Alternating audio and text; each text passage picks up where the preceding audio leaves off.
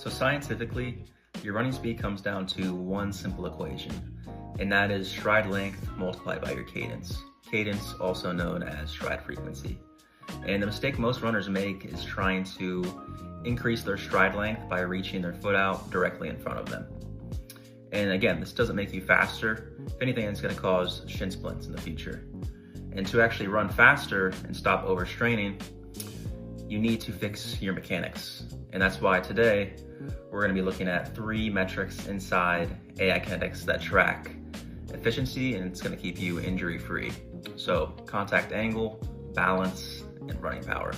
You open the AiKYNETIX app, the first thing I want you to do is tap the filter tool, turn off pace, turn off power, and if anything is on besides contact angle, you can leave that off as well. So by isolating this one number, we can immediately spot the #1 cause of overstraining. And as you can see on this chart, an excellent contact angle is between 80 to 90 degrees. That means your foot is landing directly under your center of mass, your joints stack perfectly and absorb the shock. But look at what happens when that angle drops into that poor range. Anything under 75 degrees. Your foot reaches out in front of your body, creating what we call that foot strike distance. And when your foot lands ahead of the center of mass, you're literally turning your leg into a brake. So that braking force sends a massive shock wave straight up into your shin bone with every single stride you take. And by monitoring this metric, you can ensure your landing stays efficient and keeps the load off your lower legs. Now that we've made sure your foot strike is efficient, we need to take a look at how that load is distributed. And let's go on the app and we'll go back to your filter tool. Let's toggle off contact angle, and then we'll toggle on running balance. And looking at the Biomechanics chart here, running balance measures your ground contact symmetry between your left and right leg. And nobody's perfect symmetrically, which is why our excellent green zones are gonna sit between 45 and 55%. But let's look at what happens when you fall into the outer red zones. Say an uneven score of 60%. That means you're spending significantly more contact time on your right leg.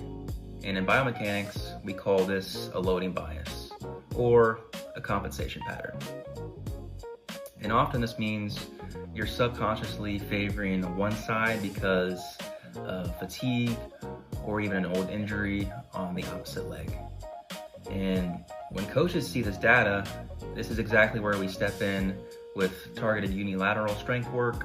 So think of like single leg RDLs or split squats, and this is to bring that weaker side up to speed.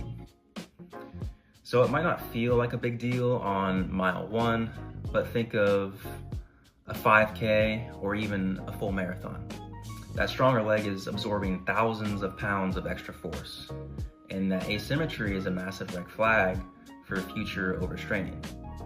And by monitoring this simple percentage in the app, you can catch these compensations before they turn into your next injury, and this is going to ensure both legs share that load evenly. Now that we've removed the braking forces and we've balanced the load, we can take a look at the engine driving your run, and that is running power. So let's head back to the filter tool. Again, we'll toggle off balance and we'll toggle on power. And looking at this biomechanics slide here, running power is measured in watts per kilogram. So it's essentially the mechanical output required to maintain your current speed. Now, the biggest misconception in running is that the highest power is always better. But look at the same pace, different efficiency chart right here. If athlete A and athlete B are running the exact same speed, but athlete B is generating more power, athlete B is actually less efficient. And here's why. Usually it means they have too much vertical oscillation. Basically, they are bouncing too high with every step they take. So essentially they're wasting valuable energy moving up and down instead of driving horizontally forward. And the goal is to maximize your speed while keeping your mechanical cost as low as possible. And because power is such a massive topic for performance, we're probably going to develop a completely separate video on how to structure your training and programming around these exact power numbers. So make sure to stay tuned for that. So running faster and staying healthy, it's not about just pushing harder. It's about moving smarter. And by keeping your contact angle efficient, ensuring your balance is symmetrical, and minimizing your wasted power, you can stop overstraining and get the most out of every mile. And the naked eye misses these micro adjustments, but AiKYNETIX catches them instantly. And check the link in the description if you want to run your own numbers, and I'll see you next video. Thanks.